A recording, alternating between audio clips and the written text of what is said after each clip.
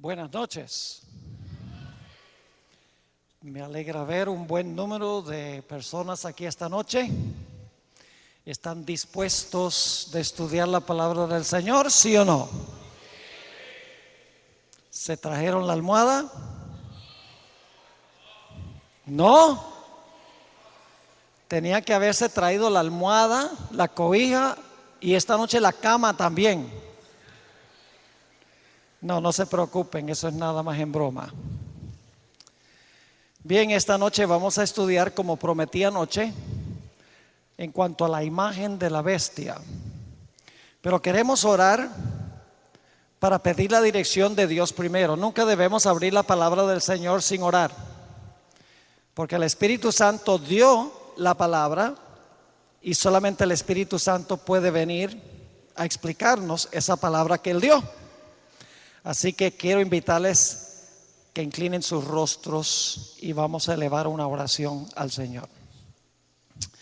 Padre, esta noche vamos a hablar de cosas solemnes.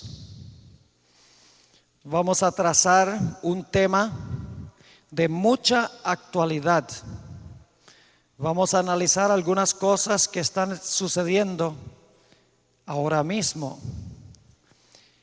Y rogamos que por medio de la presencia de tu Santo Espíritu, tú abras mentes para que podamos comprender claramente lo que vamos a estudiar. Te pido también que tú suavices corazones, porque entender la palabra en la cabeza y recibirla en el corazón son dos cosas distintas. Así que danos entendimiento y la disposición de aceptar y recibir lo que vamos a estudiar. Te damos gracias de antemano por tu promesa de que estarás con nosotros, porque te lo pedimos en el nombre precioso de tu Hijo, Cristo Jesús. Amén. Muy bien. Esta noche queremos repasar lo que hemos estudiado hasta este momento. A veces cuando yo predico, mi esposa me dice: tú repites demasiado. Y yo respeto mucho la opinión de mi esposa, pero yo le digo a ella: ¿cómo crees tú que el loro aprende a hablar? Repitiendo. Ahora imagínense, si un loro puede aprender a hablar repitiendo, ¿cuánto podemos aprender nosotros? Así que vamos a repetir lo que hemos estudiado, particularmente en Daniel 7 y Apocalipsis 13. En primer lugar tenemos un león. ¿Qué representa el león? Babilonia, muy bien. Luego después tenemos otra bestia, un oso. ¿Qué representa el oso? Medo-Persia, muy bien. Luego tenemos una tercera bestia, un leopardo. ¿Qué representa el leopardo? Grecia, muy bien. Luego tenemos una bestia espantosa y terrible que resulta ser un dragón. Y este dragón representa ¿cuál reino? Roma. Pero luego Roma se divide ¿en qué? En 10 reinos, que son los países en Europa hoy en día, Europa occidental. Y luego en medio de esos 10 reinos, que están completos en el año 476, se levanta un cuerno pequeño. Y ese cuerno pequeño gobierna ¿por cuánto tiempo? Por 1260 años. Habla blasfemias contra el Altísimo. Además de eso, persigue a los santos del Altísimo. Piensa que puede cambiar la santa ley de Dios. Y dice la Biblia que le va bien, prospera durante ese periodo.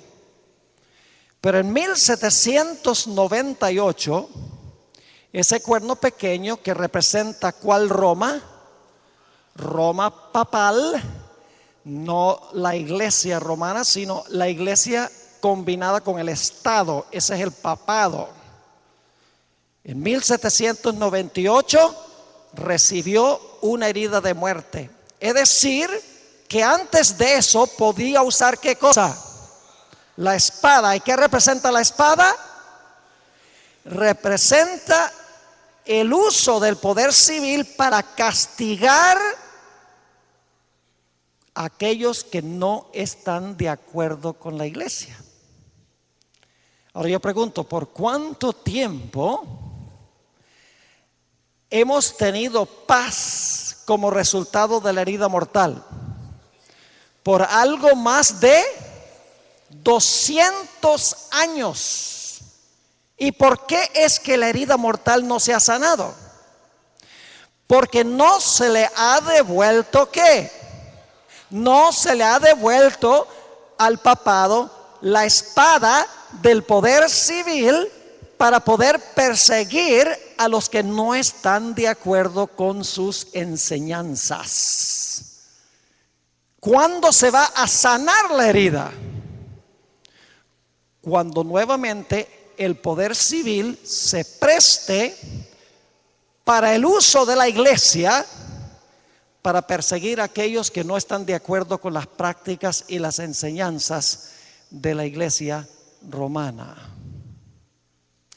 Ahora, ¿quién va a ayudar a esta primera bestia a recuperar su poder? Esto es lo que estudiamos nosotros anoche. Estudiamos en cuanto a una bestia que se levantó ¿de dónde? De la tierra. La primera bestia se levantó del mar, un lugar diferente. La segunda bestia se levantó de la tierra. Y dice la profecía, ¿cuándo fue que se levantó? Después que la primera bestia recibió su herida mortal. Es decir, alrededor del año 1798, esta nación está empezando a surgir. ¿Qué representa esta bestia que se levanta de la tierra según estudiamos anoche? Representa el poder civil de los Estados Unidos de América. Pero esta bestia, una nación única, una sola bestia, no dos bestias, una bestia, una nación, tenía ¿cuántos cuernos? 2 cuernos. ¿Qué clase de cuernos? Cuernos como de cordero. ¿Qué representa el cordero en el libro de Apocalipsis? Cristo. Es decir, que estos 2 cuernos representan 2 reinos, porque vimos que los cuernos representan reinos, 2 reinos que reconoció Jesús, el Cordero de Dios. ¿Y cuáles eran esos 2 reinos que los Estados Unidos desde su época constitucional, en su declaración de independencia, en su constitución, en el acta de derechos? ¿Cuáles son esos 2 reinos que los padres constitucionales dijeron que existían en esta nueva nación, separados el uno del otro? La iglesia y el Estado. ¿Conocían ellos lo que pasó en la Edad Media cuando se unió la iglesia con el Estado? Claro que lo sabían. ¿Conocían lo que sucedió en la época colonial de la historia de los Estados Unidos cuando la iglesia pudo usar el poder civil? Claro que sí. ¿Conocían los padres constitucionales lo que pasó bíblicamente cuando los judíos emplearon al poder civil de Roma para matar a Cristo? Ellos entendían todo esto porque escribieron en cuanto a estas cosas. Y por lo tanto ellos dijeron, mire, nosotros vamos a tener en esta nación 2 reinos, vamos a reconocer 2 reinos, de donde se desprenden 2 principios. Los 2 principios son libertad civil y libertad religiosa. Pero la única forma en que usted puede tener los 2 principios de libertad civil y libertad religiosa es si usted reconoce que hay 2 reinos y esos 2 reinos deben mantenerse separados. O si no, usted no tiene libertad civil y libertad religiosa. Pero dice en Apocalipsis 13:11 que esa bestia que tiene 2 cuernos como de cordero, la idea de que hay 2 reinos separados, de donde viene la idea de que va a haber libertad civil y libertad religiosa, esa bestia luego iba a hablar como un dragón. ¿Quién es el dragón? ¿Quién es el dragón? Les doy 50%. Sacaron un 10. Los que dijeron Satanás. Escuchen bien. En Daniel y Apocalipsis, el dragón en sus diferentes etapas sí representa a Satanás, pero Satanás obrando a través de Roma. La cuarta bestia era un ¿qué? Un dragón que trató de matar al niño cuando nació. ¿Cuál Roma es esa? La Roma imperial. Pero luego dice que el mismo dragón persiguió a la mujer. ¿Cuál Roma es esta? Roma papal. Y luego dice que el dragón se airó contra la mujer y peleó contra su remanente. ¿Qué Roma es esa? La misma Roma de la Edad Media, cuando se le sane ¿qué? La herida mortal.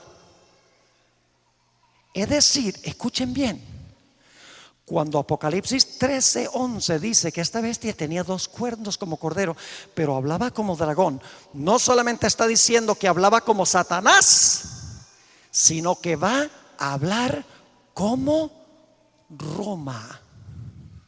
Porque el dragón representa a Satanás obrando a través de ¿qué? A través de Roma. El dragón siempre en Daniel 7 y Apocalipsis 13 está describiendo a Satanás obrando a través del poder civil de Roma. Es decir, que esta bestia que representa a los Estados Unidos va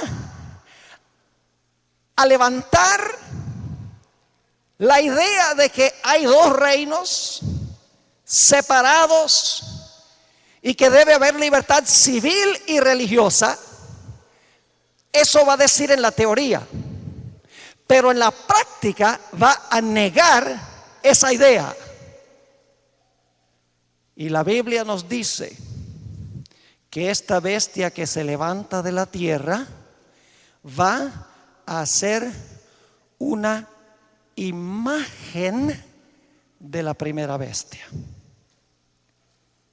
Y de eso vamos a hablar esta noche. Ahora yo pregunto, ¿qué es una imagen? Les doy un ejemplo. Cuando yo me levanto por la mañana, oro, me levanto de la cama, voy al baño y miro en el espejo. Y lo que veo es un desastre. Yo pregunto, ¿lo que yo estoy viendo en el espejo es una imagen? Sí. ¿Es una imagen bastante precisa de quién soy yo? Sí. ¿Las orejas son del mismo tamaño? ¿Y la nariz? Si saco la lengua, ¿la imagen saca la lengua también? Sí. Es decir, que una imagen es un reflejo de algo. Ahora dice en Apocalipsis 13 que esta bestia que se levanta de la tierra va a ser una imagen de la primera bestia. ¿Y qué representa la primera bestia? A ver, ¿qué representa? Roma papal. Ahora, para saber qué es la imagen de la bestia, tenemos que saber cómo era la bestia. ¿Verdad que sí? Para saber cómo va a ser la imagen, necesitamos saber cómo fue la bestia. Porque la imagen es la imagen de la bestia. Entonces yo pregunto, ¿cómo es que fue la bestia? La característica primordial de la bestia, escuchen bien, según hemos estudiado, es que la bestia unió la iglesia con el Estado para perseguir a todos los que no estaban de acuerdo con sus prácticas y sus enseñanzas. Así fue el original, así fue la bestia. Como hemos estudiado ya, mezcló el hierro con el barro, usó la espada para matar a los santos. Y aquí dice que la imagen va a ser una imagen de la bestia. Es decir, que esta bestia que se levanta de la tierra, lo que va a hacer es una copia de cómo fue la bestia cuando dominó. Y cuando la bestia dominó, unió la iglesia con el poder civil y usó el poder civil para perseguir con la espada del poder civil a aquellas personas que no estaban de acuerdo con sus creencias y con sus enseñanzas. Es decir, que esta bestia que se levanta de la tierra le va a devolver la espada a la primera bestia.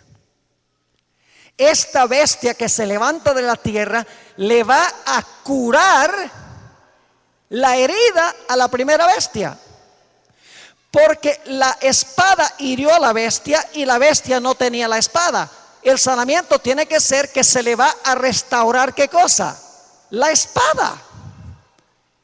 Es decir, que los Estados Unidos de América, que es representado por este símbolo, va a unir la iglesia con el Estado y va a hacer una imagen de lo que fue esa primera bestia durante su periodo de dominio. Ahora dice que la bestia tenía 2 cuernos como de cordero, pero hablaba como un dragón. Yo pregunto, ¿cómo es que habla una nación? Una nación habla a través de sus representantes, a través de la legislatura, porque ustedes nombran en Venezuela a la asamblea representantes. Y el pueblo habla a través de ellos. Es decir, que esta nación, algo va a pasar en el Congreso de los Estados Unidos, y esta nación que tiene estas dos ideas de 2 reinos, de donde viene la idea de 2 principios, a través de su asamblea legislativa va a hacer una imagen de lo que fue la primera bestia. Permítanme leerles una cita en El conflicto de los siglos, página 495, a donde Elena White explica qué es lo que significa el hablar de esta bestia. Dice: el hablar de la nación son los actos de sus autoridades legislativas y judiciales. ¿Cómo habla la nación? A través de sus autoridades, ¿qué? Legislativas y judiciales. Por esos actos, la nación, escuchen bien, la nación desmentirá los principios liberales y pacíficos que expresó como fundamentos de su política. Va a repudiar la idea de los 2 reinos, pero va a conservar la idea de los 2 reinos en la Constitución. Ahora vuelvo a preguntar, ¿cuáles 2 reinos reconoció Jesús? Dad pues a César lo que es de César y a Dios lo que es de Dios. Yo pregunto, ¿cuántas veces en los evangelios apeló Jesús al poder civil de Roma para ayudar a crecer su ministerio. Ni una sola vez. ¿O acaso Jesús, cuando las muchedumbres rechazaban su enseñanza, Jesús decía al poder civil de Roma: ellos no quieren aceptar mi enseñanza, mátenlos? ¿Fue así? No. Jesús nunca apeló al poder civil. Como ya hemos visto, dijo: mi reino no es de este mundo. Jesús reprendió al apóstol Pedro por usar la espada. Reprendió a los hijos del trueno que querían traer fuego del cielo. Rehusó que lo proclamaran rey cuando alimentó a los 5,000. En el monte de la tentación rehusó los reinos que le ofreció Satanás. Es decir, Jesús se mantuvo separado del Estado, del poder civil de Roma, porque él había venido como representante de su reino espiritual. Ahora escuchen bien lo que les voy a decir, y voy a usar a Venezuela como ejemplo. ¿Saben ustedes que ustedes son ciudadanos de 2 reinos aquí en Venezuela? Yo pregunto, ¿cuántos de ustedes son ciudadanos venezolanos? ¿Cuántos son bautizados? Entonces, ¿a cuántos reinos pertenecen? A 2. Ustedes pertenecen al primer reino por su nacimiento, pero pertenecen al segundo reino por su nuevo nacimiento. Y así es con esta bestia. Es una sola bestia, pero tiene 2 reinos, y la gente son ciudadanos de los 2 reinos, pero los 2 reinos no se deben entremezclar. Y como mencionaba anoche, la primera enmienda a la Constitución de los Estados Unidos es crucialmente importante, porque en la primera enmienda encontramos los 2 cuernos. La primera enmienda garantiza libertad religiosa y libertad civil. Ahora, lo interesante son las primeras 2 cláusulas que vimos anoche de la primera enmienda a la Constitución de los Estados Unidos. Recuerdan que la primera enmienda dice que el Congreso no puede hacer ninguna ley, no puede redactar ninguna ley que establezca religión, ni puede prohibir que la gente practique libremente su religión. ¿Saben ustedes que esos 2 principios están en la Sagrada Escritura? Fueron principios inspirados divinamente por Dios. Están en esta profecía, los 2 cuernos como de cordero. Esa es la parte positiva de esta bestia, porque el cordero representa a Cristo. Tenía 2 cuernos como cordero, pero hablaba como un dragón. Hay un contraste aquí. Los 2 principios son muy buenos, son los principios que reconoció Jesús, pero el problema es que esta nación los va a repudiar mientras los conserva.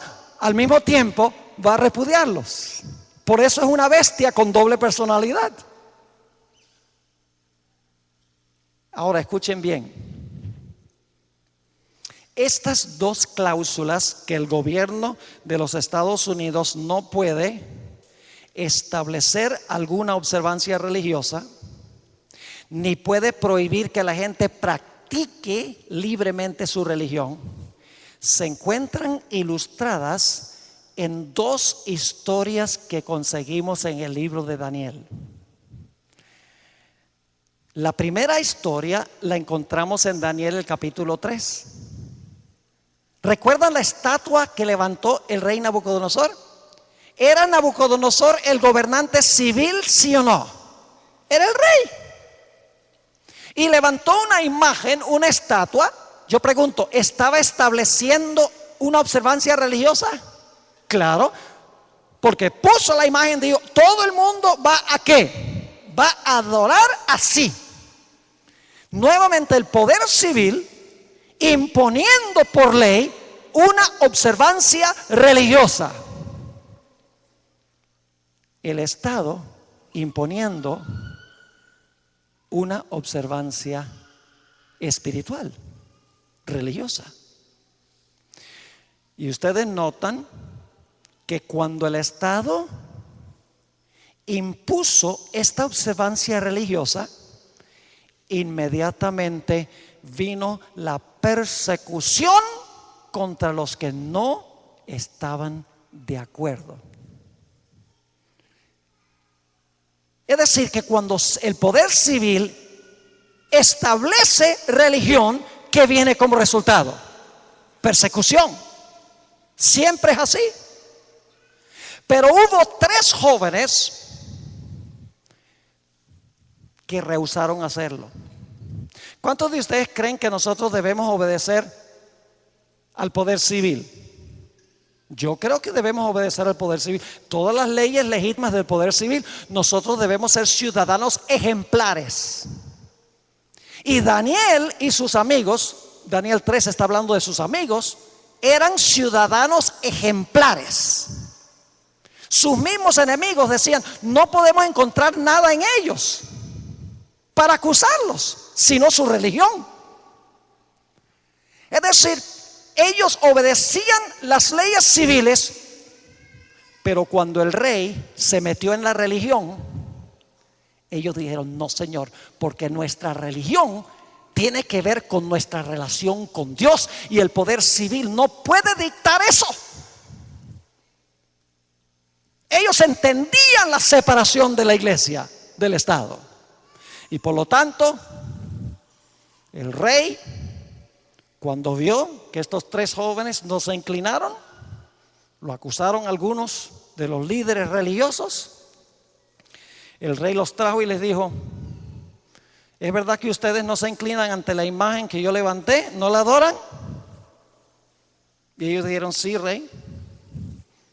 Y entonces el rey dice: les voy a dar otra oportunidad de obedecer la ley que yo he establecido, yo como el rey. Y ellos dijeron: rey, no es necesario, ya estamos decididos. Y Nabucodonosor, Elena White dice que cuando ellos dijeron que no iban a inclinarse ante esa imagen que el rey había establecido, dice ella que se le transformó la cara del rey y parecía la cara de un demonio. Y dice que levantando la mano en desafío al cielo dijo: ¿y qué Dios podrá librarlos de mis manos? Y los mandó a echar al horno. Fíjense que los hijos de Dios no tenían ninguna protección civil. Las leyes civiles no los protegían. Se dio un decreto de muerte en contra de ellos. Su única esperanza se encontraba ¿en quién? En el Dios a quien servían. Miren, la última corte de apelación no era el rey, sino Dios. Y ustedes conocen cómo terminó la historia cuando estos 3 jóvenes rehusaron obedecer la ley del gobierno civil que imponía religión o establecía religión. La Biblia nos dice que cayeron en el horno y empezaron a pasearse como si estaban en un jardín, pero no solos, acompañados. Había un cuarto personaje allí con ellos. Y Nabucodonosor miró y dijo: y el cuarto es semejante al Hijo de Dios. Y algunos dicen: ¿y cómo sabía él cómo se parecía el Hijo de Dios? La hermana White explica que Daniel se lo había explicado antes. Cómo se veía el ángel de Jehová, porque el ángel de Jehová se le aparecía a Daniel en sueños y en visiones, y Daniel le había dicho al rey cómo era el Hijo de Dios. Y es interesante que en Daniel 3, y este es un comentario parentético, que en Daniel 3 Nabucodonosor dice: el cuarto es semejante al Hijo de Dios, pero en el versículo 28 dice: Dios envió su ángel para librar a sus siervos que confiaron en él. Es decir, cuando el Estado establece alguna observancia religiosa, hay persecución y un decreto de muerte finalmente y solamente la intervención de Dios puede salvar a su pueblo. Eso ilustra, esta historia ilustra la primera cláusula de la primera enmienda. La primera enmienda dice que el Congreso no puede hacer ninguna ley que establezca alguna observancia religiosa. El gobierno no puede hacer una ley que dice que todo el mundo tiene que guardar el domingo. No puede hacer una ley que dice que todo el mundo tiene que guardar el sábado. No puede imponer una ley religiosa de ninguna clase, porque el Congreso no hará ninguna ley que establezca religión, dice la primera cláusula. Pero ahora escuchen, hay una historia de Daniel 6 que ilustra la segunda cláusula de la primera enmienda a la Constitución de los Estados Unidos, y es que el gobierno no puede prohibir que usted practique su religión.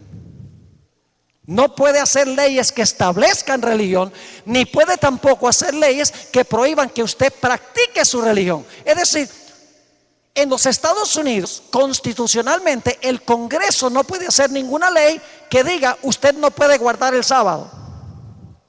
Ni puede decir tiene que guardar el domingo, ni tampoco puede decir usted no puede guardar el sábado. No puede establecer religión, ni puede prohibir que usted practique su religión. Hay otra historia en Daniel que ilustra este segundo principio, y es la historia de Daniel 6. Escuchen bien. En Daniel 6, el rey no está diciéndole a la gente que tienen que adorar de cierta manera.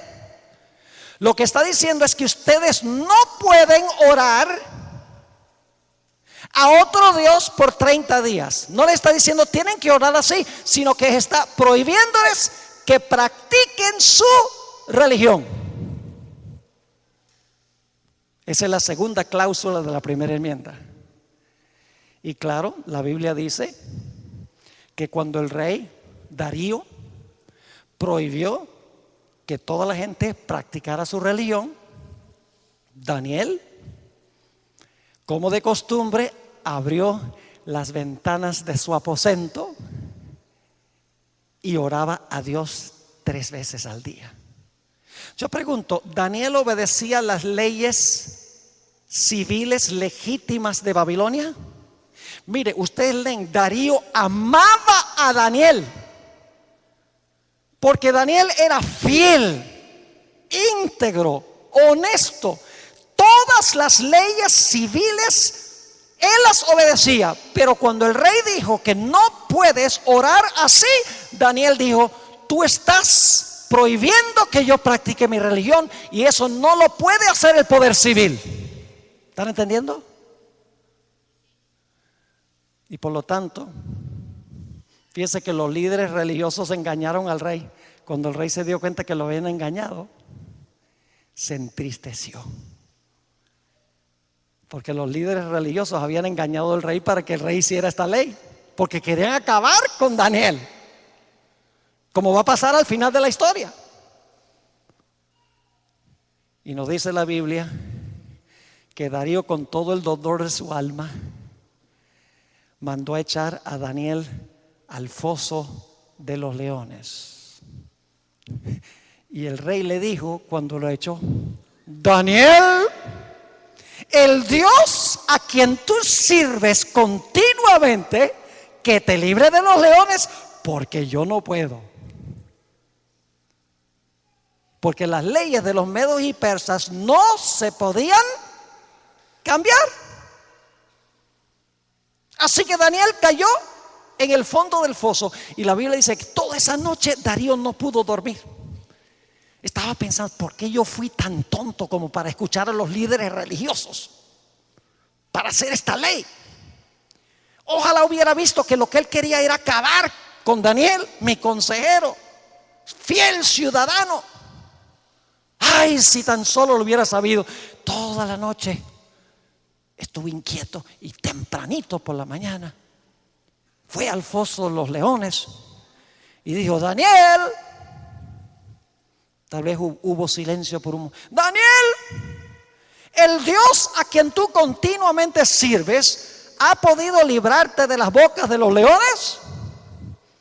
Y se oyó la voz: oh rey, el Dios a quien yo sirvo continuamente me ha librado de las bocas de los leones. Escuchen, el rey no tuvo la última palabra.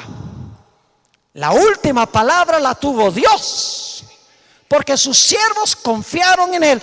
Nosotros vamos a pasar por un tiempo de angustia semejante a estos tiempos de angustia de Daniel y sus amigos. Nuevamente el poder civil va a imponer una ley religiosa y va a prohibir que nosotros observemos el día sábado. Y muchos van a ceder, van a decir: no, yo no voy a dejar que me maten, olvídese. Y van a apostatar. ¿Ustedes creen que ahí en el valle de Dura había solamente 3 judíos? Si Nabucodonosor había llevado muchos judíos y los había puesto como líderes en el reino de Babilonia, hubo una gran apostasía ahí. Nosotros tenemos que estar seguros de quién servimos, quién es nuestro Dios. Ahora escuchen, ¿qué vino como resultado de la ley que prohibió que ellos practicaran su religión? La persecución. Cuando el poder civil establece religión, o el poder civil prohíbe que usted practique su religión, el resultado es la persecución.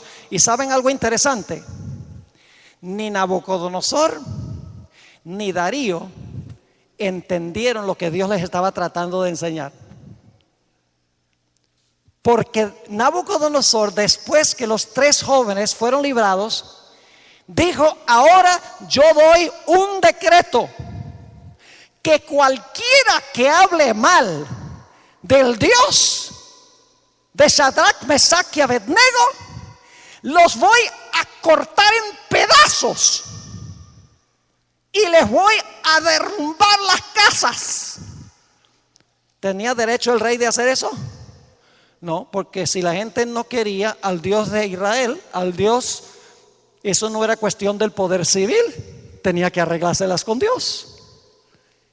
Y Darío tampoco entendió, porque Darío dijo: ahora yo doy una orden de que todos deben temer ante el Dios de Daniel, y ay del que no tema y tiemble ante el Dios de Daniel. Él no podía mandar a la gente a temer y a temblar delante del Dios de Israel. No podía imponer religión ni prohibir que se practicara la religión. Es decir, las primeras 2 cláusulas de la primera enmienda de la Constitución, separación de iglesia y Estado, la idea de que el poder civil no puede establecer religión ni puede prohibir que usted practique su religión, son esos 2 cuernos como de cordero en la cabeza de esta bestia que representa los Estados Unidos. Y ustedes dicen: pero pastor, ¿qué tiene esto que ver con el tiempo del fin?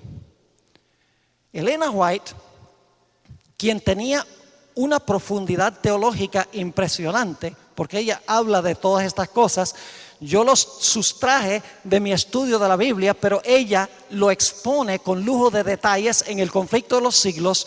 Dijo lo siguiente: los Estados Unidos va a repudiar estos 2 principios que se encuentran en la primera enmienda. Los principios que dicen que el Congreso no puede hacer ninguna ley que establezca religión, ni tampoco puede hacer una ley que prohíba que la gente practique su religión. Escuchen lo que dijo la sierva del Señor en el libro Maranata, página 177. Dijo lo siguiente: vendrá el tiempo en que los hombres no solo prohibirán trabajar el domingo, sino que procurarán obligar a los hombres que trabajen el sábado. Y se les pedirá que renuncien el sábado y se suscriban al domingo. Y si no lo hacen, se les exigirá que entreguen su libertad y su vida. No solo el Congreso de los Estados Unidos va a hacer una ley dominical, establecer esa ley, sino que va a prohibir que la gente tenga el derecho de observar el sábado. Va a imponer religión y va a prohibir que la gente libremente practique su religión. Y escuchen, lo que va a pasar es, como estudiamos, la primera bestia pensó que podía cambiar ¿qué? La ley. La segunda bestia va a imponer el día de reposo que cambió la primera bestia. En ese sentido, la segunda bestia va a ser un reflejo de la primera bestia, porque va a imponer el día de reposo que la primera bestia pensó que podía cambiar. Ahora, alguien podría decir, pero Pastor Bor, ¿no sería una ley dominical en los Estados Unidos inconstitucional? Claro que sí. Cualquier persona, cualquier niño en kinder puede entender que si la primera enmienda, la primera cláusula dice que el gobierno no puede hacer ninguna ley que establezca alguna observancia religiosa, si el Congreso hace una ley que dice todo el mundo a guardar el domingo, eso es inconstitucional. ¿No sería inconstitucional que el Congreso de los Estados Unidos hiciera una ley que dijera no pueden guardar el sábado? Sí, porque la segunda cláusula dice que no puede haber ninguna ley que prohíba que usted practique libremente su religión. Leyes como estas serían inconstitucionales. Y yo estoy seguro que cuando suceda esto, va a haber grupos en los Estados Unidos que van a poner demandas y van a llevar esto a los tribunales para cuestionar la constitucionalidad de leyes como estas.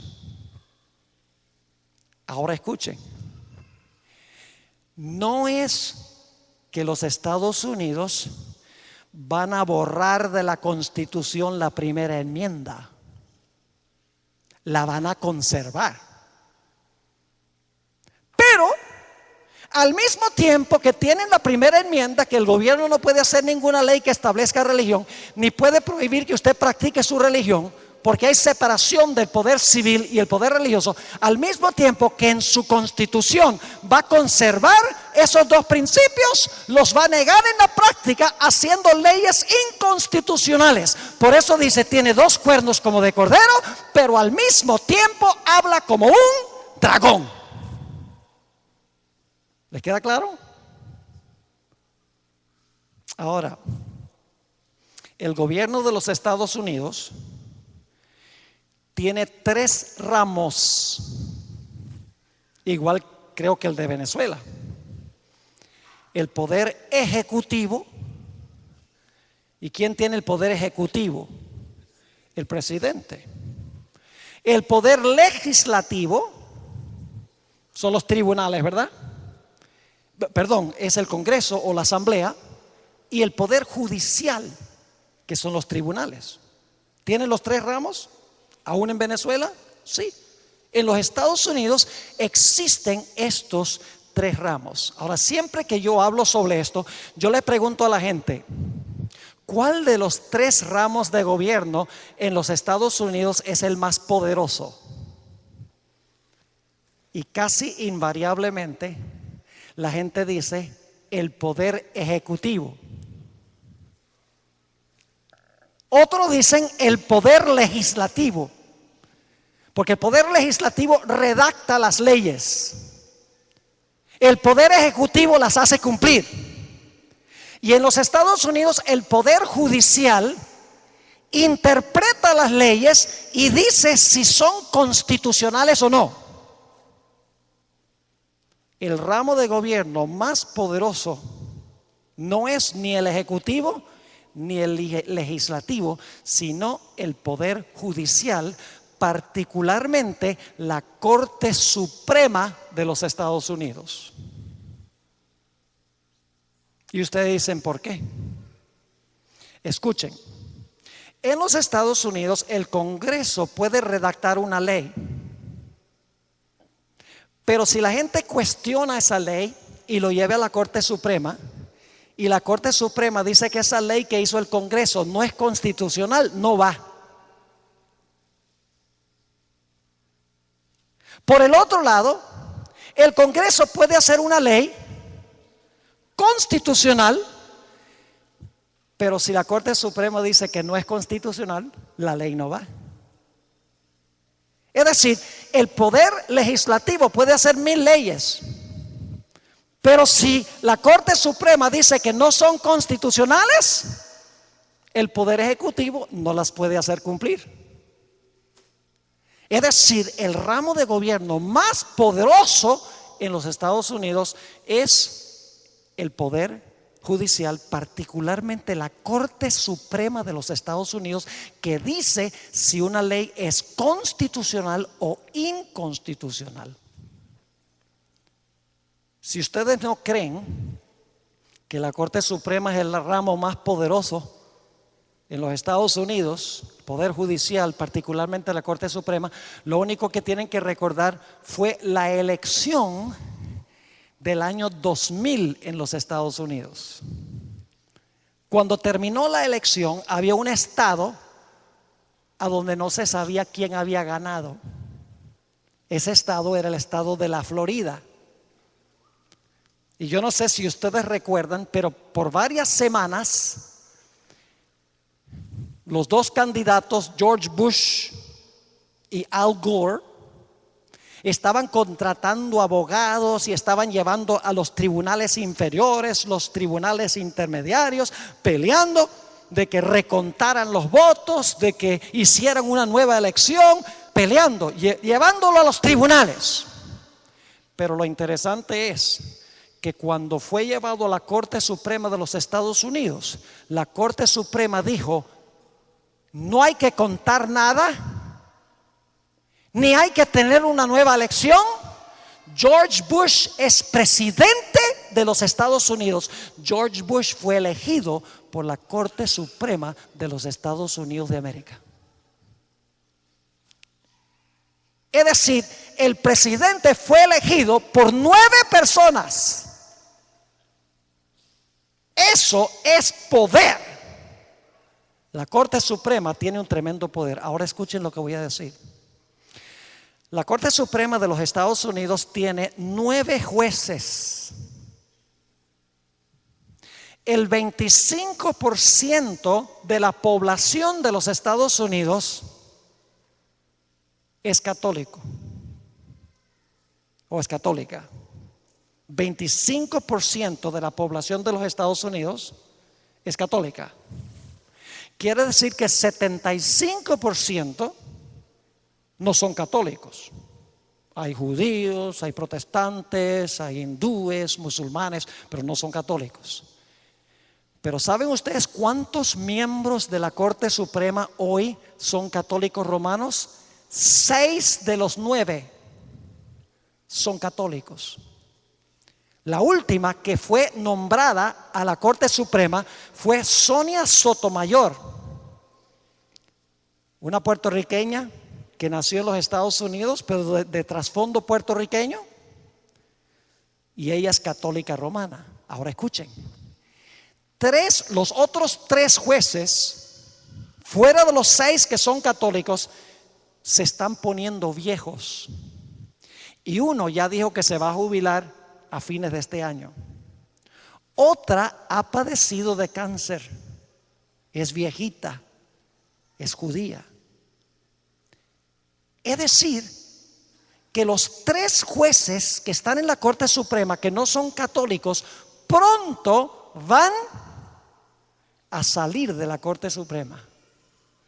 Y la Iglesia Católica ha hecho todo lo posible por controlar el sistema político de los Estados Unidos de América.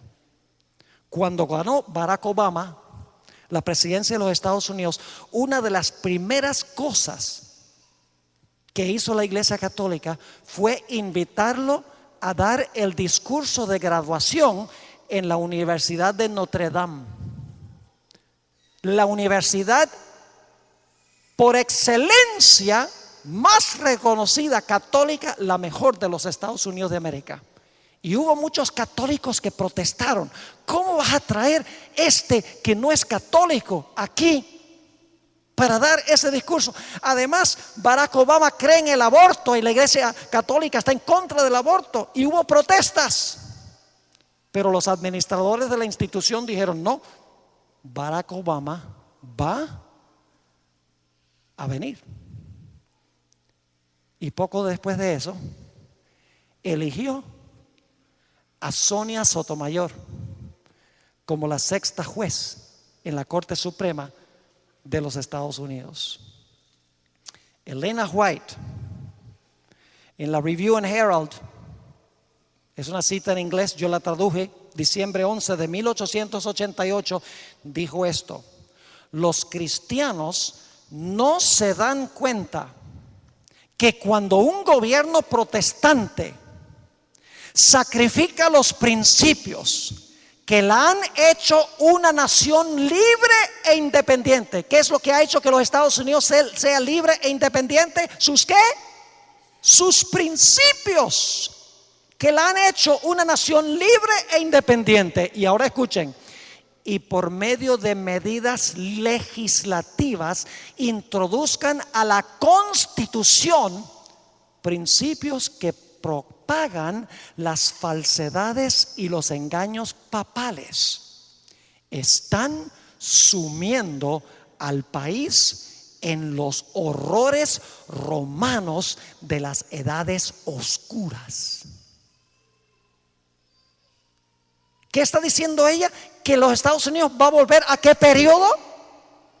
Al periodo de los horrores de las edades oscuras. ¿Recuerdan la historia de Juan Hus que relatamos anoche? Esa historia en los Estados Unidos de América y en el mundo se va a volver a repetir, porque los Estados Unidos va a ser una imagen de lo que fue la bestia. Algunos dicen: Pastor Bor, este panorama es alarmista. Los jueces de la Corte Suprema de los Estados Unidos son patriotas, son americanos, norteamericanos, son ciudadanos de los Estados Unidos antes de ser aliados de la Iglesia Romana. Estos jueces nunca podrían introducir los horrores de las edades oscuras de la Edad Media. Conflicto de los siglos, página 637, dice la sierva del Señor: la Iglesia Católica Romana, con todas sus ramificaciones en el mundo entero, forma una vasta organización bajo el control de la sede papal y destinada a servir los intereses de ella. Instruye a sus millones de adeptos en todos los países del globo para que se consideren obligados a obedecer al Papa. Y saben ustedes, los últimos 2 papas, Juan Pablo II y Benedicto XVI, han estado presionando a la comunidad europea para que impongan una ley dominical a nivel de todos los países europeos. Los sindicatos se han unido, compañías grandes se han unido, los jesuitas se han unido, el Papa se ha unido y están presionando para que en Europa, por ley, haya un mandato de cerrar todos los negocios el domingo para que la gente pueda ir a la iglesia. Eso está pasando ahora mismo en Europa. Sigue diciendo: sea cual fuere la nacionalidad o el gobierno de estos, deben considerar la autoridad de la iglesia como por encima de todas las demás. Aunque juren, escuchen bien, aunque juren fidelidad al Estado, siempre quedará en el fondo el voto de obediencia a Roma, que los absuelve de toda promesa contraria a los intereses de ella. Eso lo está escribiendo hace 120 años. ¿Qué escribiría si estuviera viva hoy? Sería impresionante. ¿Saben ustedes que en años recientes grandes políticos de los Estados Unidos se han convertido del protestantismo al catolicismo? Por ejemplo, el hermano de George Bush, quien fue gobernador de la Florida, se convirtió a la Iglesia Católica. Newt Gingrich, puede ser que ustedes no reconozcan ese nombre, un republicano de gran impacto e influencia, fue miembro de la Cámara de Representantes, el líder de la Cámara de Representantes. Hace varios años era bautista y recientemente se unió y comulgó en la Iglesia Católica. Tony Blair, el que fue primer ministro de Gran Bretaña, abandonó la iglesia anglicana y se convirtió a la iglesia romana. Grandes líderes, magnates políticos del mundo se están uniendo a la iglesia romana porque ellos ven que la iglesia romana está recobrando su poder y para ellos les interesa es tener poder político y por eso se están convirtiendo a este sistema. Dicen, el papado ha cambiado. Dicen, no tenemos nada que temer del papado ya. ¿Acaso no ven cómo el papado lucha por los derechos humanos? ¿Acaso no se dan cuenta cómo lucha la iglesia romana por los pobres, por la vida, por la buena moral de la sociedad, por el matrimonio convencional entre un hombre y una mujer? ¿Oh sí? Esta es la fachada. Pero la Iglesia Católica Romana no ha cambiado ni uno solo de sus dogmas. Ni uno. No ha cambiado ninguna de sus enseñanzas. Sigue siendo una combinación de iglesia y Estado y ha dicho abiertamente que sus aspiraciones son el tener dominio global. Ellos lo han dicho repetidas veces en años recientes. Un teólogo católico dijo esto: en la minoría somos como un cordero, en la igualdad somos como una serpiente, en la mayoría somos como un león. Elena White lo expresó de esta forma en El conflicto de los siglos, página 628. Hablando de la iglesia romana, dice, forma parte de su política asumir el carácter que le permita realizar mejor sus fines. Pero ahora escuchen, pero bajo la apariencia variable del camaleón, oculta el veneno invariable de la serpiente.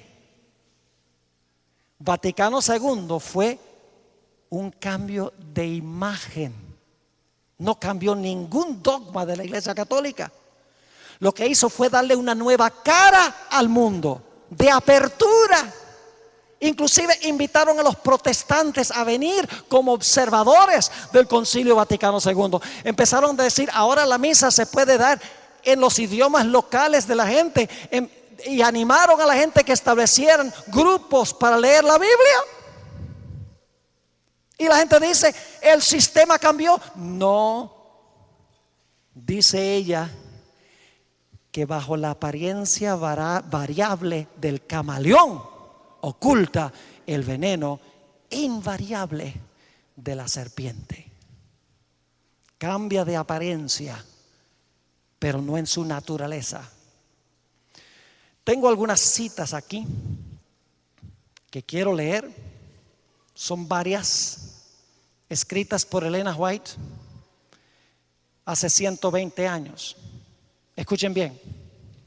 Cuando ella escribió esto, Los Estados Unidos no querían nada que ver con el papado. Nada. Ninguna nación de Europa quería nada que ver con el papado cuando ella escribió esto. Sin embargo, en un ambiente a donde parecía que los Estados Unidos estaba enemistado con la iglesia romana, ella escribió las siguientes citas. Discrepó de todos los comentaristas del tiempo. Ellos decían: la iglesia romana está muerta. Porque fíjense, una herida mortal en 1798, otra herida mortal en 1870. Los papas están allá encerrados en el Vaticano por 59 años. El papado ya terminó, decían los escritores de su época. La hermana White dijo: no. Escuchen estas citas. Cuando la tierra que el Señor levantó para darle refugio a su pueblo, para que pudieran adorarle conforme a los dictados de sus propias conciencias, la tierra sobre la cual Dios ha colocado por largos años el escudo de la omnipotencia, la tierra que Dios ha favorecido haciéndola depositaria de la religión pura de Cristo. Cuando dicha tierra, por medio de sus legisladores, repudie los principios del protestantismo y apoye la apostasía romana que procuró alterar la ley de Dios, entonces se revelará la obra final del hombre de pecado. Los protestantes le brindarán toda su influencia y apoyo al papado por un acto nacional. Un acto nacional es un acto del Congreso. Por un acto nacional impondrán la observancia del falso sábado. Y ahora escuchen la terminología que usa. Por un acto nacional impondrán la observancia del falso sábado y le darán vida y vigor. Si le van a dar vida y vigor es porque el papado ahorita no tiene qué. Cuando ella escribió no tenía vida ni vigor, porque usted no le puede dar a alguien lo que ya tiene. ¿Por qué habría que darle vida y vigor? Porque cuando ella escribió, el papado tenía qué, una herida mortal. Dice: por un acto nacional le darán vida y vigor a la fe corrupta de Roma, y así revivirán. Fíjense el término otra vez: revivirán, porque tiene una herida mortal. Revivirán su tiranía y su opresión de la conciencia. Entonces será tiempo para que Dios obre con gran poder para vindicar su verdad. En el conflicto de los siglos, página 496. Escuche, tan claro que ella tenía esto. Para que los Estados Unidos formen una imagen de la bestia, el poder religioso debe dominar de tal manera al gobierno civil. Para ser una bestia, ¿qué tiene que hacer el poder religioso? Dominar de tal manera al gobierno civil que la autoridad del Estado sea empleada también por la iglesia para cumplir sus propios fines. Yo pregunto, ¿eso fue lo que caracterizó a la bestia durante los 1260 años? ¿Que la iglesia usó el poder civil para lograr sus objetivos? Sí, por eso es lo que significa la imagen. Se va a hacer una copia de lo que existió en la Edad Media. Los Estados Unidos le va a devolver la espada del poder civil al papado. En la página 638 dice la misma escritora: Roma se ha propuesto a restablecer. Fíjense, la terminología es tan interesante: a restablecer. ¿Por qué tiene que restablecerlo? Porque lo perdió. Roma se ha propuesto a restablecer su poder y a recuperar la supremacía que perdió. Y luego advierte: establezcase en los Estados Unidos el principio de que la iglesia puede emplear o controlar el poder del Estado. Que las leyes civiles puedan hacer obligatorias las observancias religiosas. En una palabra, que la autoridad de la iglesia con la del Estado debe dominar las conciencias, y el triunfo de Roma quedará asegurado en la gran república de la América del Norte. Impresionante. Va a pasar lo mismo que pasó con Jesús. El Señor Jesucristo fue acusado no por violaciones del Código Civil, sino porque en las mentes de los judíos Él estaba violando los principios de la iglesia. Y le hicieron un juicio religioso. Y luego lo entregaron al poder civil para que el poder civil lo exterminara. ¿Recuerdan ustedes el argumento que usó Caifás después de la resurrección de Lázaro? Es necesario que un hombre muera y no que toda la nación perezca. Esta ley se va a imponer en un tiempo de crisis nacional, desastres sin par, criminalidad creciente, desastres por todas partes, colapso económico, hasta llegar al punto de decir: si no hacemos algo, nuestra nación va a perecer. ¿Y a quién le echaron la culpa los judíos en la época de Jesús? A Cristo. Él es el que puede causar que sea destruida la nación. ¿A quiénes se les va a acusar al final de la historia? Al pueblo de Jesús. Y el que persigue al pueblo de Jesús, persigue a Jesús. ¿Recuerdan a Saulo de Tarso, que iba camino a Damasco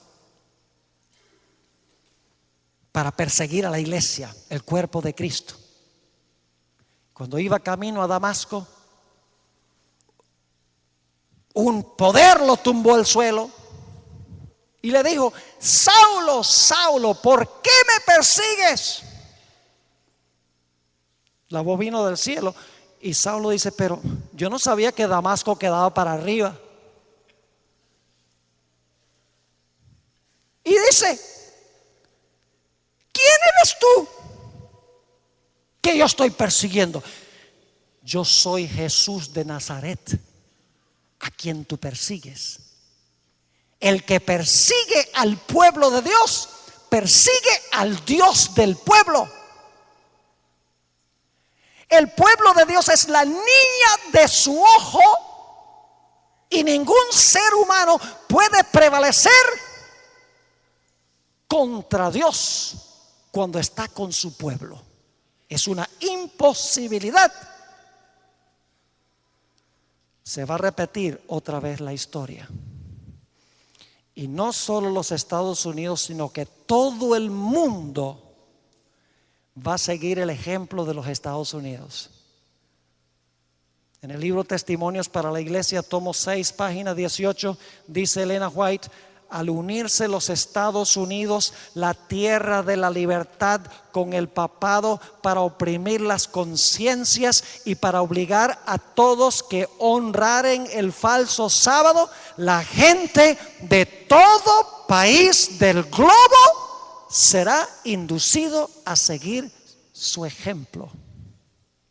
La Biblia dice que todo el mundo se maravilló en pos de la bestia, instigados por la bestia que tiene cuernos como cordero, pero habla como un dragón.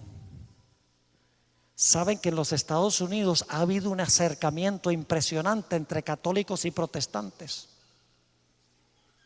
un ecumenismo eclesiástico, podríamos decir.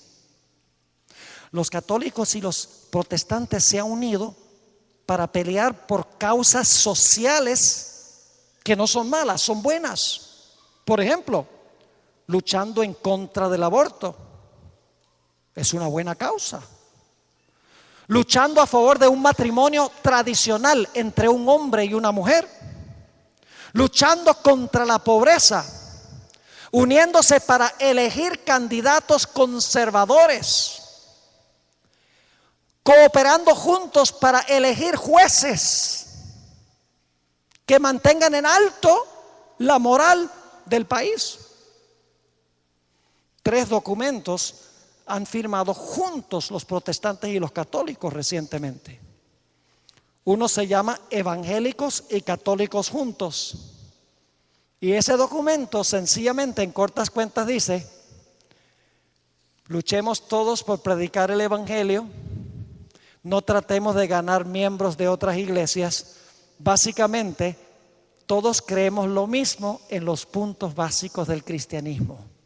Grandes líderes religiosos, católicos y protestantes, firmaron ese documento, Evangélicos y Católicos Juntos.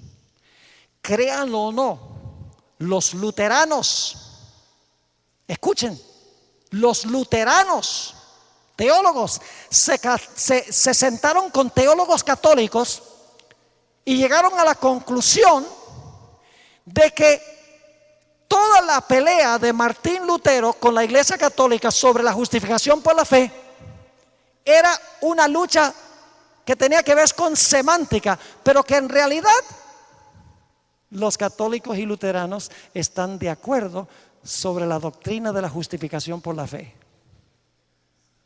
Escuchen bien, si Martín Lutero resucitara hoy, se moriría de un infarto. Cuando él ve que dice que la iglesia romana y la iglesia luterana creen lo mismo sobre la justificación por la fe, eso fue lo que causó que Lutero se separara de Roma. Y aún más recientemente, el año pasado, centenares de los líderes grandes protestantes y católicos del mundo firmaron un documento que se llama la Declaración de Manhattan, a donde básicamente dijeron: nosotros nos vamos a unir y vamos a presionar al gobierno para que el gobierno defienda el matrimonio, para que el gobierno prohíba el aborto, para que el gobierno garantice una y otra cosa. La iglesia apelando al brazo del poder civil. Elena White advirtió en el conflicto de los siglos 622, escuchen su advertencia: los protestantes se han entremetido con el papado y lo han patrocinado. Han hecho ahora esta es la parte increíble, dice: han hecho transigencias y concesiones que sorprenden a los mismos papistas y les resultan incomprensibles. La misma iglesia romana dice: esto es demasiado bueno para ser verdad. Sigue diciendo: los hombres cierran sus ojos ante el verdadero carácter del romanismo, ante los peligros que hay que temer de su supremacía. Hay necesidad, y eso es lo que yo estoy haciendo aquí, hay necesidad de despertar al pueblo para hacerle rechazar los avances de este enemigo peligrosísimo de la libertad civil y religiosa. Poderoso, escrito hace 120 años, pero de mucha actualidad hoy. Pero no solamente los Estados Unidos, los protestantes y los católicos están trabajando juntos en áreas de religión, también lo está haciendo el gobierno de los Estados Unidos a nivel político con el Vaticano.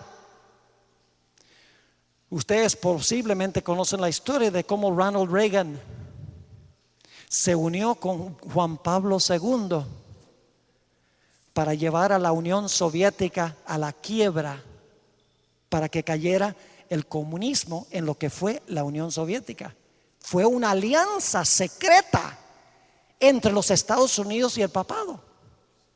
Los Estados Unidos tiene un embajador en el Vaticano, un país que tiene un embajador en una iglesia. Una violación clara de la separación de iglesia y Estado. El Congreso de los Estados Unidos de América le dio al Papa Juan Pablo II la medalla de la libertad. Incomprensible. 5 de los representantes de los Estados Unidos, 3 presidentes, George Bush padre, George Bush hijo y Bill Clinton, junto con la secretaria de Estado Condoleezza Rice y la esposa de George Bush el hijo, apareció la foto en el periódico, arrodillados delante del cuerpo muerto de Juan Pablo II. Y George Bush le dio una invitación al Papa Benedicto XVI para que viniera a la Casa Blanca a hablar allí en las afueras de la Casa Blanca. Mire, si George Washington y Thomas Jefferson y Juan Adams y James Madison y Benjamin Franklin resucitaran hoy, les pasaría lo mismo que a Lutero. Se morirían de un infarto. No podrían creer lo que está sucediendo, lo que está pasando. El problema es que la gente hoy sufre de amnesia histórica. La gente hoy en día no conoce historia. ¿La ha olvidado? Yo les prediqué mi primer sermón en cuanto a los orígenes del colegio de Nirgua. Se sabe mucho de la historia, pero hay cosas que yo compartí que varias personas me han dicho: nosotros no sabíamos eso, pero esa generación lo sabía. Nadie lo escribió, nadie lo pasó a la siguiente generación para que se mantuviera vivo. Y así es. 200 años después de la herida mortal, la gente ha olvidado, dice: no, este sistema no es peligroso. Este sistema ha cambiado. Vivimos en un mundo diferente. Amnesia histórica. Hay que estudiar la historia a la luz de la profecía. ¿Ustedes recuerdan cómo Pilato condenó a un hombre inocente? Saben que los legisladores de los Estados Unidos van a hacer exactamente lo mismo. Escuchen lo que dijo Elena White. Y ustedes saben que Pilato entregó a Jesús porque quería conservar su posición política y porque los líderes religiosos presionaron al pueblo para que pidiera la muerte de Jesús. Escuchen lo que dice ella. Testimonios para la Iglesia, tomo 4, página 451. Dice ella: a fin de asegurarse la popularidad y el apoyo, los legisladores cederán a la exigencia por una ley dominical. Por asegurarse que la popularidad y qué, el apoyo de ¿quiénes? Del pueblo. ¿Quiénes eligen a estas personas? El pueblo. Entonces, cuando la iglesia diga hay que hacer esta ley, ellos van a decir: si no ponemos la ley, la gente se pone brava, no vota por nosotros y perdemos la posición. En otra cita, esta es muy significativa, dice ella, esta no está en español tampoco, Review and Herald, diciembre 24, 1889, dice: los ministros de las varias denominaciones están actuando por subterfugio, es decir, por debajo de cuerdas, trazando planes de gran importancia para el pueblo de Dios. Y el objetivo de esta maniobra secreta es ganar el apoyo popular. ¿Qué es lo que están haciendo los ministros? Tratando de ganar ¿qué cosa? El apoyo popular para la imposición del domingo como día sagrado. Si los ministros, escuchen, si los ministros pueden convencer al pueblo que favorezcan una ley dominical, entonces están decididos a unir su influencia para obtener una enmienda religiosa a la Constitución para obligar a la nación a guardar el domingo. Igualito que en los tiempos de Jesús. Los líderes influyendo sobre el pueblo para matar a Jesús. Los líderes religiosos influyendo el pueblo para imponer una ley dominical. Ahora necesitamos llegar a una conclusión. Dos perspectivas para terminar. La primera perspectiva es la de Apocalipsis 17, que será nuestro estudio de mañana en la noche. Mañana sí vamos a tener que traer la cama, porque ese capítulo 17 de Apocalipsis es complejo, pero con lo que hemos estudiado no hay problema. Lo vamos a entender perfectamente bien. La razón por la cual la gente no entiende Apocalipsis 17 es porque no estudian Daniel 7, Apocalipsis 12 y Apocalipsis 13. Ahí está el fundamento o la base de lo que tenemos en Apocalipsis 17. En Apocalipsis 17 se presenta a una gran ramera. Y esa gran ramera está sentada sobre muchas aguas. Yo pregunto, ¿las aguas van a fluir de nuevo? ¿Recuerdan las aguas que se secaron? ¿Recuerdan la herida mortal? Una cabeza fue herida. ¿Van a fluir las aguas de nuevo? Claro que sí, porque dice que la ramera está sentada sobre muchas aguas. ¿Qué significa el acto de que está sentada? Las controla y las domina. Reina sobre las aguas. Y dice que fornica ¿con quiénes? Con los reyes de la tierra. Y dice que está vestida de oro, plata y piedras preciosas, y de púrpura y escarlata. ¿Necesito decir a cuál sistema pertenecen estos colores? Y tiene hijas que nacieron de ella, porque se le llama la madre de las rameras. Interesante. Los comerciantes de la tierra se deleitan también en relacionarse con ella. Y el panorama en Apocalipsis 17 es que todo el mundo, los políticos, los comerciantes, los líderes religiosos, las muchedumbres, todos están unidos para perseguir al pueblo de Dios.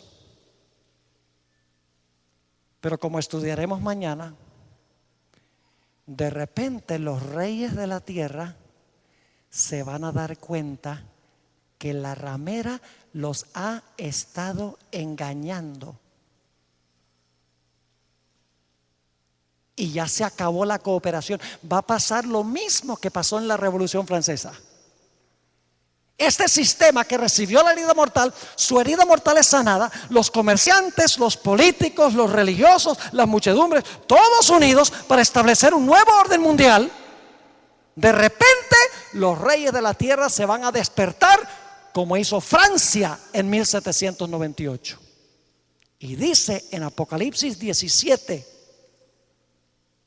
algo espectacular. En el versículo 16 dice que los reyes aborrecerán a la ramera y la dejarán desolada y desnuda, y devorarán sus carnes y la quemarán con fuego. Es decir, los reyes se le van a volcar en contra, le van a quitar la espada, como sucedió con Francia. Eso va a suceder al final de la historia. Elena White describe este momento. La viejita lo tenía claro. Conflicto de los siglos 713 y 14. Escuchen esto, los que son pastores aquí. Dice ella, de este momento, cuando las muchedumbres se van a lanzar contra el papado, como en la Revolución Francesa, el gobierno francés y las muchedumbres dijeron: ¡no más! Dice ella, los hombres ven que fueron engañados. Se acusan unos a otros de haberse arrastrado mutuamente a la destrucción. Pero todos concuerdan para abrumar a los ministros con la más amarga condenación. Es cosa seria ser un pastor. Es cosa seria ser un líder religioso. Porque si yo no estoy predicando estas cosas, si yo estoy predicando el error, algún día la gente va a decir: ¿por qué no me dijiste la verdad? Sigue diciendo: los pastores infieles profetizaron cosas lisonjeras, indujeron a sus oyentes a menospreciar la ley de Dios, diciendo: la ley fue clavada en la cruz, Cristo la guardó por mí, el sábado era para los judíos. Los pastores infieles profetizaron cosas lisonjeras, indujeron a sus oyentes a menospreciar la ley de Dios y a perseguir a los que querían santificarla. Ahora, en su desesperación, estos maestros confiesan ante el mundo su obra de engaño. Las multitudes se llenan de furor. Las multitudes sobre las cuales se sentaba se llenan de furor. Estamos perdidos, exclaman, y vosotros sois causa de nuestra perdición. Y se vuelven contra los falsos pastores, contra el falso sistema religioso. Precisamente aquellos que más los admiraban en otros tiempos pronunciarán contra ellos las más terribles maldiciones. Las manos mismas que los coronaron con laureles se levantarán para aniquilarlos. Las espadas que debían servir para destruir al pueblo de Dios se emplean ahora para matar a sus enemigos. Por todas partes hay luchas y derramamiento de sangre. ¿Se va a repetir la Revolución Francesa? Sí, pero no en Francia, en el mundo.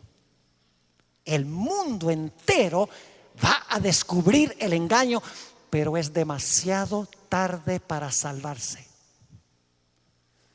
La última historia que quiero compartir con ustedes rápidamente es la historia que encontramos en el libro de Esther.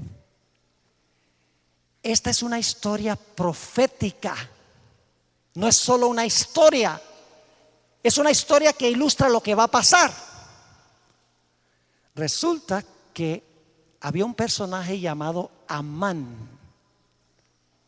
Era un personaje malévolo, como lo era su esposa Zeres. Y Amán influenció al rey, al poder civil, para que diera un decreto de que todos debían inclinarse ante él. La Biblia dice que hubo un judío que trabajaba allí en la corte del rey que dijo: yo no, porque esa es una violación de mi religión, es una violación de la ley de Dios. No me inclino ante ningún hombre. Además, el rey no tiene derecho de dar ningún decreto de que alguien se incline ante nadie, porque el poder civil no puede meterse en mi religión. Y la Biblia dice que cada vez que pasaba Amán, todo el mundo se inclinaba y Mardoqueo se quedaba parado. Y esto enojó a Amán. Y dijo: yo tengo que acabar con este hombre que no se inclina, que no me adora, por orden del rey. Y por lo tanto, junto con su esposa, preparó una trama.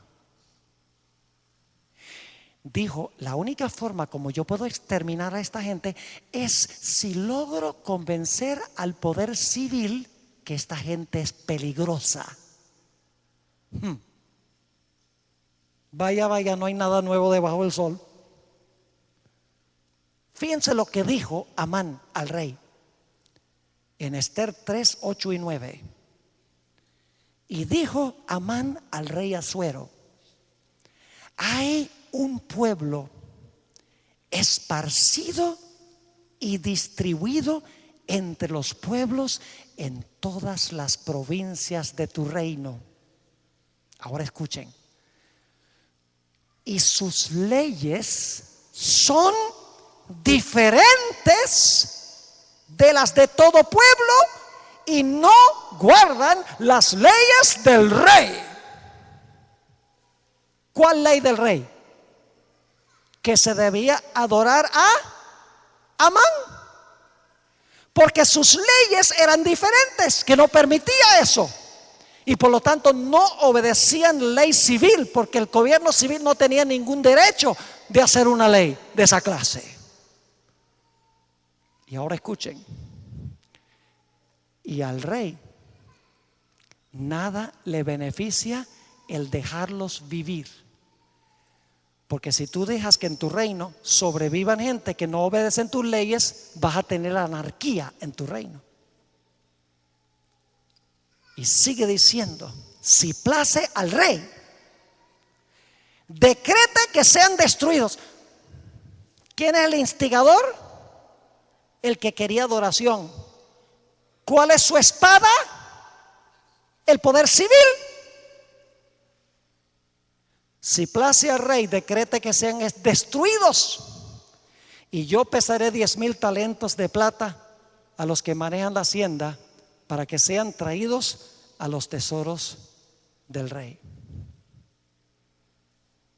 Y Amán se fue contento, porque selló con el anillo del rey la ley que él quería.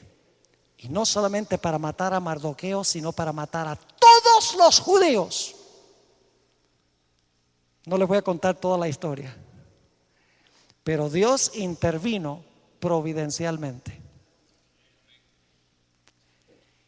y despertó al rey y le mostró el engaño de su consejero religioso. Y dice que cuando el rey se dio cuenta que Amán, quien quería que la gente se inclinara ante él, lo había engañado, se enfureció. Y Amán y su esposa murieron en la horca donde debía haber muerto Mardoqueo. El rey se volcó en contra de Amán, donde antes lo había apoyado. Fíjense qué interesante que en todas estas historias pasa lo mismo. ¿Quiénes murieron cuando los 3 jóvenes fueron echados al horno? Los que los echaron. ¿Quiénes murieron cuando Daniel fue echado a los fosos de los leones y fue sacado? Los que planearon la trama. ¿Quiénes murieron en la historia de Esther? Los que planearon la trama.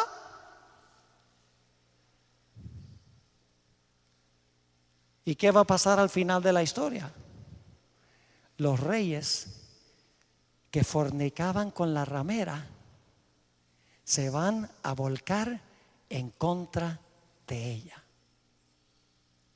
Y claro, la pregunta clave es: ¿en cuál de los dos lados vamos a estar nosotros? ¿Con la bestia o con Dios? Escuchen bien. El conflicto final no es sobre días. Y ustedes dicen: pero pastor, el conflicto final tiene que ver con el sábado y el domingo. Sí. Pero el día es solamente la forma para probar a ver a quién usted es leal. Si usted guarda el sábado, estás diciendo: yo obedezco al que estableció el sábado, acepto su autoridad. Pero si tú guardas el domingo, tú estás diciendo: yo acepto la autoridad del que cambió el día. Los días son solamente la manera en que Dios prueba para ver a quién tú eres leal. ¿Al Dios creador o al que ha usurpado en la tierra el lugar de Dios? ¿Dónde estaremos nosotros cuando se imponga la imagen de la bestia? Yo oro a Dios de que todos estemos en el lado correcto. Y yo creo, por lo que nosotros vemos en este mundo, que esta crisis viene muy pronto. Yo podría haberles hablado de muchos movimientos adicionales que están pasando en los Estados Unidos. Está pasando tanto que yo no puedo mantenerme ni al día con todas las ocurrencias que están sucediendo en los Estados Unidos de América y en el mundo. Ciertamente estamos cerca de ese tiempo. Yo te pregunto en esta noche, ¿en cuál lado escoges estar? Yo voy a decir como Elías: si Jehová es Dios, seguidle. Y si Baal, seguid en pos de él. Ahí dice que cuando él dijo esas palabras, nadie le contestó palabra, todos se quedaron neutrales. Pero cuando cayó del fuego del cielo, el pueblo de Israel dijo: Jehová, Él es Dios. Mi pregunta es esta noche: ¿estás tú dispuesto o dispuesta con los que están escuchando por radio de decir: Jehová es el Dios, su señal es el sábado, lo guardaré porque lo amo y quiero estar ese día con él, y seré leal aun cuando tenga que enfrentarme a la muerte? Si eso es el deseo de tu corazón, ponte de pie, porque yo quiero tener una oración contigo en esta noche. Gloria a Dios. Oremos. Padre, hemos hablado de cosas profundas y solemnes. Lo que yo he hablado no es con el fin de ofender a nadie dentro de una iglesia, pero lo que he hablado es la verdad de tu santa palabra. Te ruego, Señor, que tú obres en los corazones de los que están escuchando por radio en muchas partes de Venezuela y del mundo. Este tema puede haber levantado prejuicios, puede haber causado que la gente patalee en contra de la verdad. Te ruego, Señor, que tu Santo Espíritu prevalezca en los corazones de estas personas, que puedan sentarse, reflexionar y puedan tomar su posición junto con tu pueblo. Te doy gracias por todos los que se han puesto de pie en esta noche diciendo: Jehová, Él es Dios. Gracias, Padre, porque eres un Dios tan grande y tan bueno. Sabemos que va a haber persecución. Durante el tiempo de angustia previo, algunos de tu pueblo perecerán, pero no importa, porque tú eres el Dios de la resurrección. Padre, fortalécenos en nuestra vida espiritual. Te damos gracias por haber estado con nosotros en esta noche. Y gracias por escuchar nuestra oración, porque te lo pedimos en el precioso nombre de tu Hijo, Cristo Jesús. Amén.